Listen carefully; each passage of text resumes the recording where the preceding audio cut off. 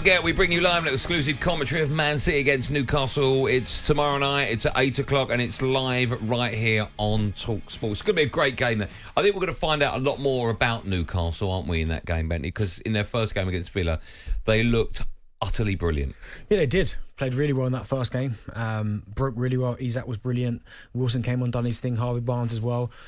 The debut of Tonali, I thought he was really impressive as well. So, yeah, I think that will tell us a lot. Because, listen, they beat Aston Villa at St James's Park. I mean, they always beat Aston Villa at St James's Park. And they always get whooped down there at Villa Park. So this will tell us exactly where they are. But I'm intrigued by it. Because I think now, no De Bruyne, I still think City will win. But you do go without... Do you? Without Kevin De Bruyne, you do go, ooh. Okay. I just think it's a tough place to go now. And I think defensively, Newcastle look really solid. It's City, though, isn't it?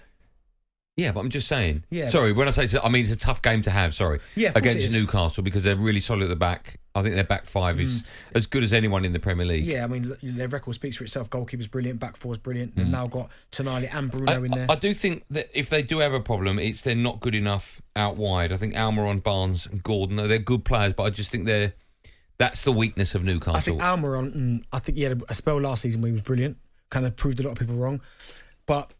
yes, I believe you can go out there and buy a better player than Almiron. Like, Almiron was good, but he's not... if Newcastle are looking to push to win the Champions League and these major trophies, I think you need someone better in that position. Yeah.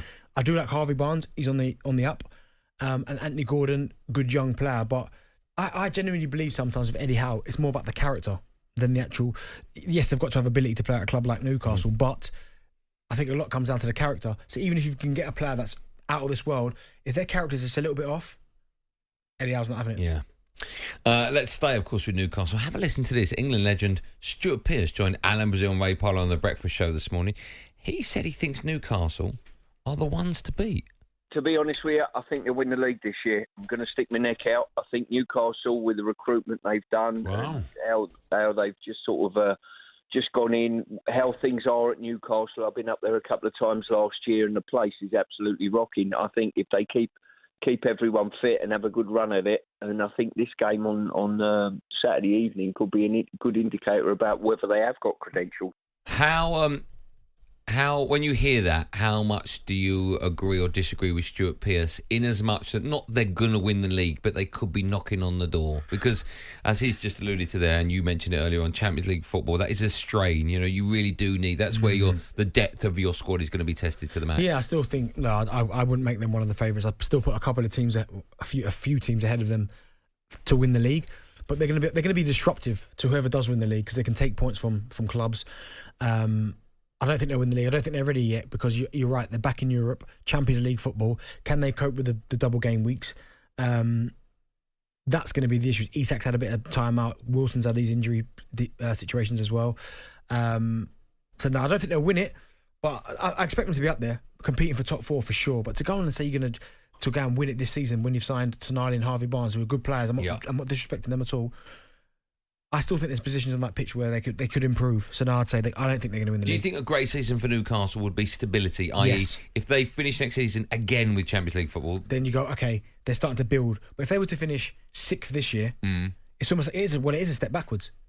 It is a step backwards, but you could argue that maybe they achieved a little bit more than we thought they would have done last year. Yeah, but once you and I totally get that, but once you get a taste of it and you're in the Champions League this year with the investment, the size of the football club, they'll be thinking to themselves, right, we need to be getting Champions League football now every single season. Yeah. Now, if they suddenly was to fall out of it after 1 year, it's almost like, oh, okay. Where are they going to fall short this season? I don't mean what games. I mean what areas of the pitch. I just still think there's better teams out there than them. I mean, they've got a very good team. As I said, two very good centre forwards. They've got good wide players, good midfielder, very strong. Back four, very good. Goalkeeper, exceptional. I just still think there are better teams out there than they are. Man City are better than them. Arsenal better than them. Manchester United are probably better than them. I think Chelsea could be better than them. Well, I think they will be better than them. Liverpool are out there now. They're getting stronger. Brighton look very good.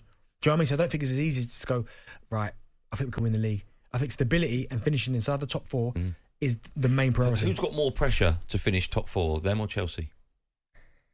I will say, when you're a club like Chelsea who's won the Champions League a couple of times in the last 10 years, and the amount of trophies you won, league titles, I think the pressure is always on Chelsea every single season to deliver something. So Pochettino is, because they've had a bad year. So I think Chelsea, the pressure's all on them. When you look at in fact, let's speak to Alan before I ask you the next question. I'll ask Alan, actually. He's a Newcastle fan. Hi, Alan. Hello there. Hello. How are you? Yeah, I'm no bad, guys. I actually phoned you about a year ago. I think you had Jack Wiltshire on the show, and I mentioned about how the buzz, because I live here in Newcastle, I've lived here for 30 years, and the buzz in the city was just unmatched, and it's just carried on till now. And I don't think we'll win the league. I know that's what you were saying, but I think you never know in football. Injuries, suspensions, loss of form, whatever. But as I say, you just never know. I'm not expecting it this season, but in the next couple of seasons, I think they'll definitely be their challenge. Alan, when you look at this Newcastle squad, and as you said, Eddie Howe's done a fantastic job, took them to another level.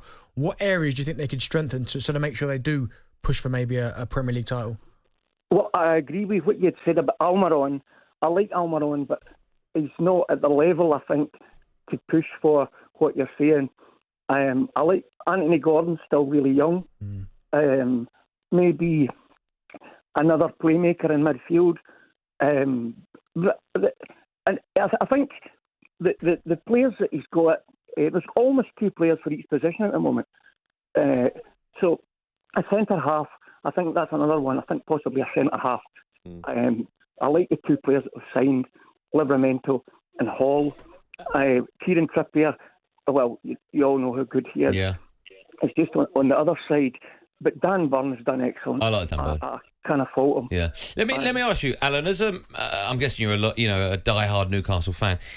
What's more important for you, the football fan, this season? Would it be again a bit of stability, get back in the Champions League, top four, or would it be Silverware?